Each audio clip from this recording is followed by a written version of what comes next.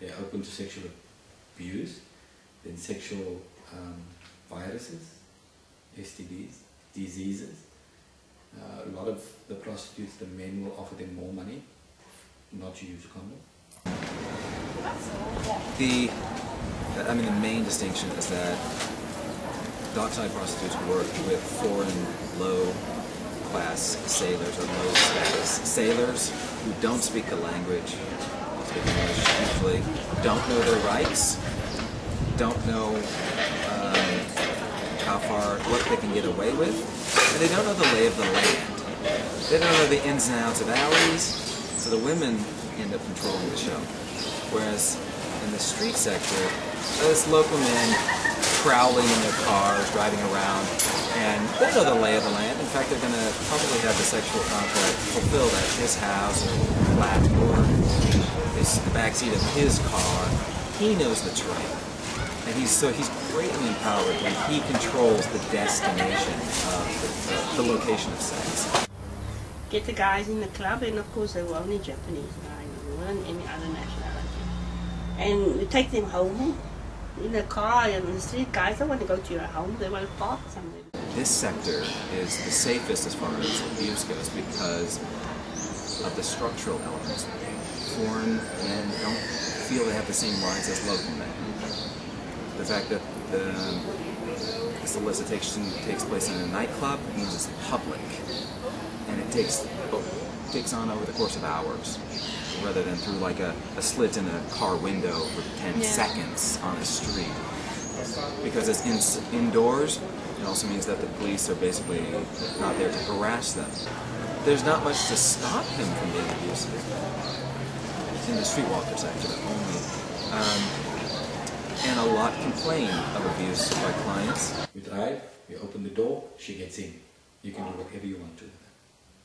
Any freak, weirdo can slash you to bits. Easy. Police harassment and abuse is one of the main complaints made by street-based sex workers.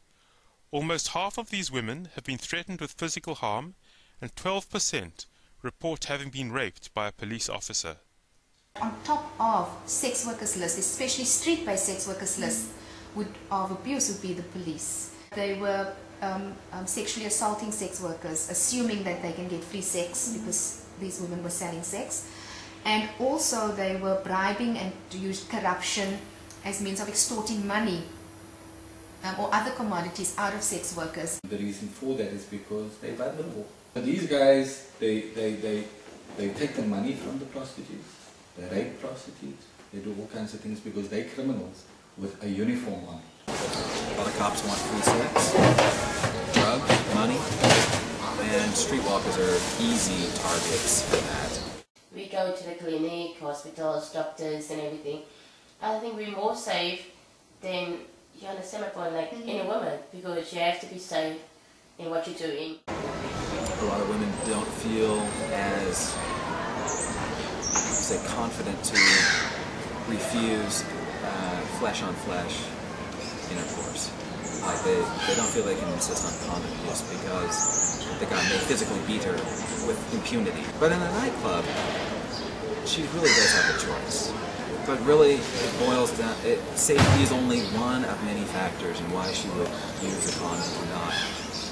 She would typically use a condom for the first timer. She doesn't know him, doesn't trust him, doesn't know what he's got, looks physically fine, that's good, but it's not enough. But now if he becomes a repeat client, oftentimes the temptation is to get rid of the condom, because now it's a way of saying, I'm emotionally close to you. This is more than just sex for sale. This is a relationship. Won't you pay more now? I really prefer condom because even if they say they're clean, and I'm told them I'm also clean, because you can't trust. That's what we try with the face look, but inside you can't. Or they tell you, you must suck without the condom, or you must do with active balls. I'm like, y'all know. They're competitors on the one hand, they are business rivals, but they're also colleagues. They're kind of in the same boat together. Really, they are the only people who can really understand each other, so there are bonds of affection. But you would really call them alliances, tactical friendships, rather than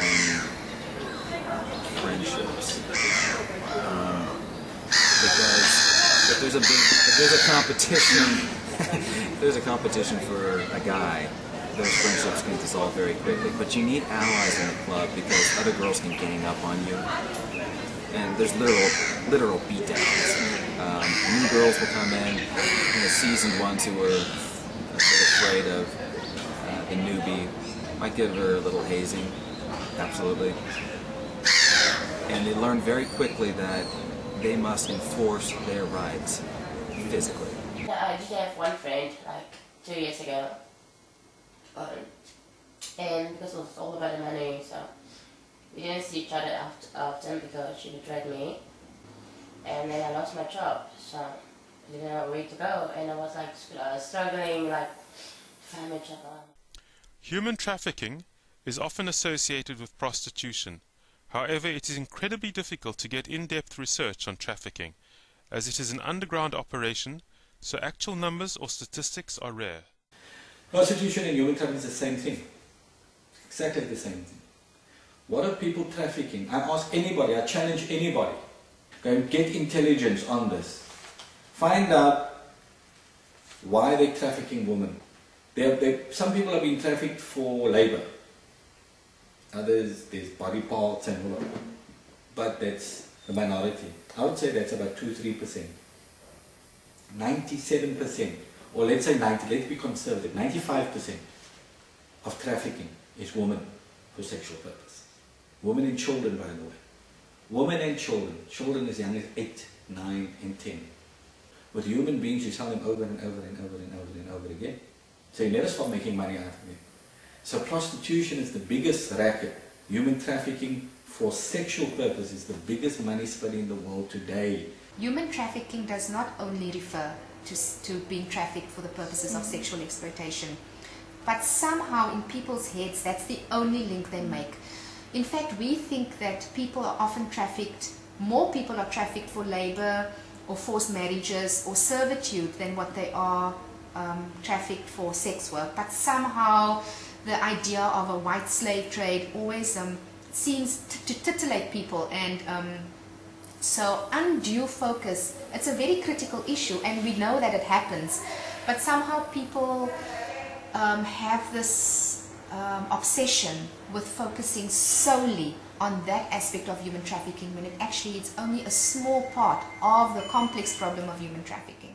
There's just not the market here, and because ultimately prostitution does boil down to supply and demand. Why aren't there more women in the dockside sector? There's 60 girls who operate out of these clubs in Cape Town. Why aren't there 200? The market would not be able to sustain it. That's why. Why aren't there more women on the streets? Like, there are about 35,000, at least 35,000 guys, sailors who come through the ports every year, at least to the clubs, but 100 a night, 100 a night. And there's only 60 women. Why aren't there 100 to meet the 100? Because not every guy wants sex. They want to drink. They want to watch TV. If all of them wanted sex, there would be 100 girls there, for sure. The same economics applies in the streets and in the brothels.